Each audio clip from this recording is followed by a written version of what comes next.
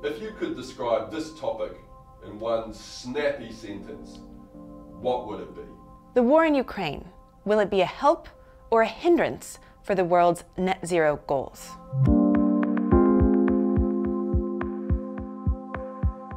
By the end of the COP26 summit in Glasgow last year, there was a real sense of optimism and progress. Around 80% of the world's emissions were covered by net zero targets. And the final deal saw 197 countries say they were going to phase down coal and phase down fossil fuel subsidies. But just a few months later, the global energy picture has really changed.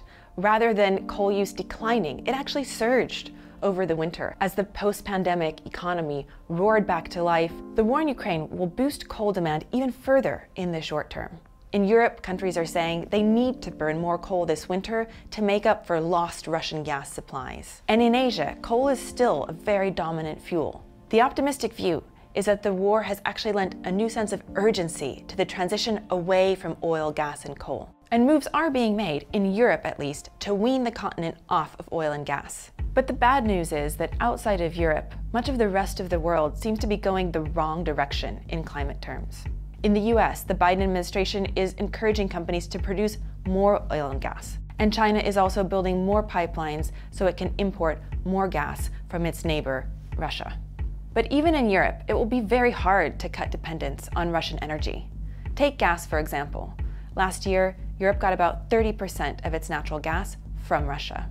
Around 1/3 of that amount can be replaced by liquefied natural gas. But the challenge with LNG is that it requires specialized infrastructure and ports and ships. You can't just snap your fingers and get it overnight. Another option to replace Russian gas supplies is nuclear power.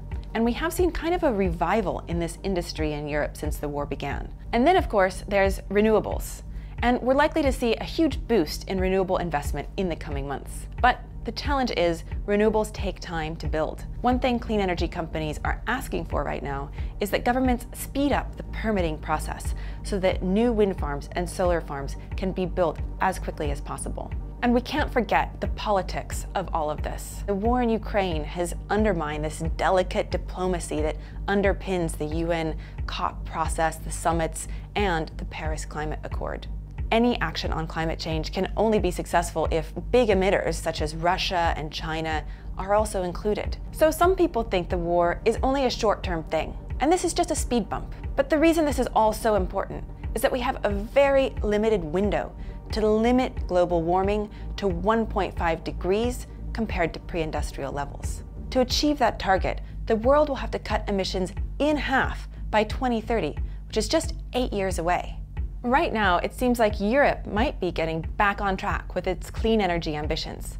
But Europe is only 11% of global emissions, so it's very hard for that to outweigh what's happening in the rest of the world.